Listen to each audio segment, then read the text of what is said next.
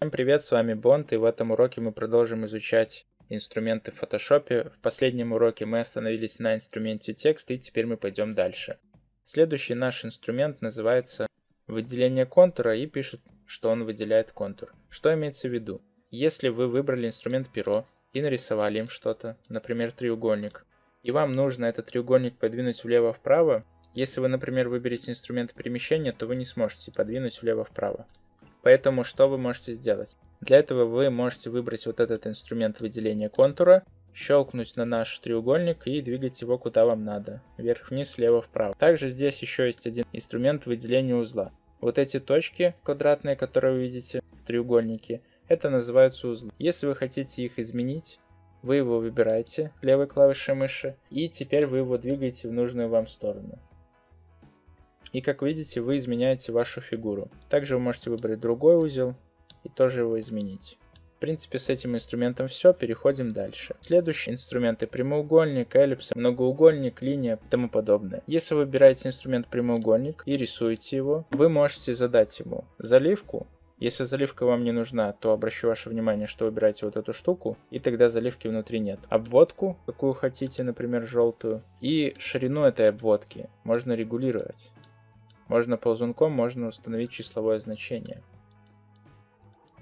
Ну и также можете параметры обводки, какая она у вас должна быть. После этого посмотрим, какие здесь есть еще инструменты. Прямоугольник со скругленными углами. Вы его выбираете и, например, вы хотите задать, какой здесь будет радиус. И вот вы устанавливаете 50 пикселей, либо 5 пикселей. Вот 5, вот тут 50. Также здесь есть инструмент произвольная фигура. Что он позволяет? Он позволяет рисовать нам произвольные фигуры. Вы можете также загружать какие-то фигуры себе в этот набор и потом их использовать. Например, мы выберем инструмент сердечко, удерживаю клавишу Shift, чтобы оно было пропорционально, и вот его рисую.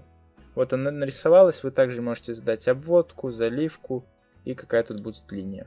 Также обращу ваше внимание, что здесь есть инструмент линия. Вы также можете нарисовать линию, также и задать ширину, высоту. Тут, что интересно, есть еще толщина, такой параметр. Например, ширина 10. И рисуем.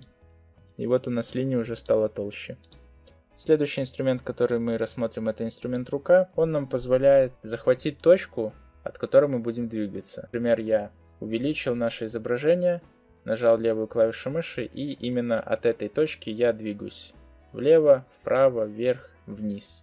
То есть, если вы хотите переместиться именно вот от какой-то точки, то вы ее выбираете и уже от нее перемещаетесь влево, вверх, вправо, вниз. То есть, это ваша опорная такая точка. Ну, следующий инструмент, думаю, всем понятен. Это инструмент масштаб. Если вам нужно увеличить, то вы выбираете вот здесь плюсик.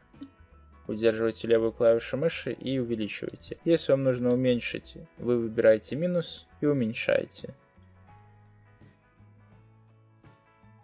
Если вам нужно, чтобы ваша картинка подогналась под размер вашего экрана, то выбираете подогнать, и вот она подгоняется. И на этом все. С вами был Бонд. Подписывайтесь на канал, ставьте пальцы вверх. Всем пока.